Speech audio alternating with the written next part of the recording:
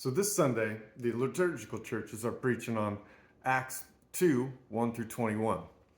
And so we go through that real quick. But first I want to go back to Genesis 1 here. Real quick question on that for y'all, just to answer to yourselves.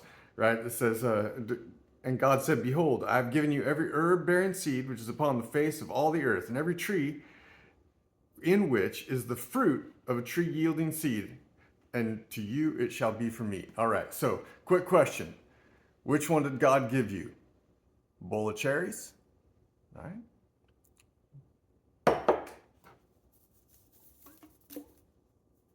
Evaporated milk. Which one's from God and which one's from Satan? Right? So now let's go down here to the Pentecost, which is a dairy holiday. In Judaism, they celebrate it with dairy.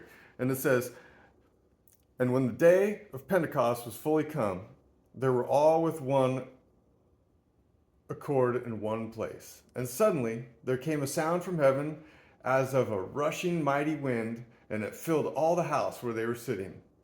And there appeared unto them cloven tongues, like as of fire, and it sat upon each of them. And they were all filled with the Holy Ghost, and began to speak with other tongues as the Spirit gave them utterance." All right, we're just going to stop there, because now I want to ask you a question.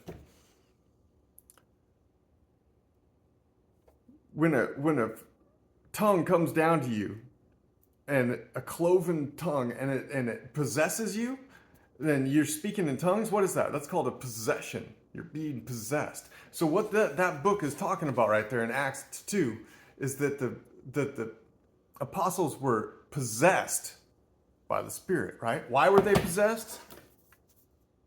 Because they weren't eating what God told them in Genesis 1:29. That's what the whole book's about. It's about the fall from grace. And this right here, this is Satan. Do you understand that? This is Satan coming to manifest death in your life because we torture the cows and hold them hostage and force them to have babies and then eat their babies and then drink the milk of the babies. That's called Satan in the world, all right? So understand that the apostles at that time, they were possessed, and that's why they were speaking in tongues. God bless.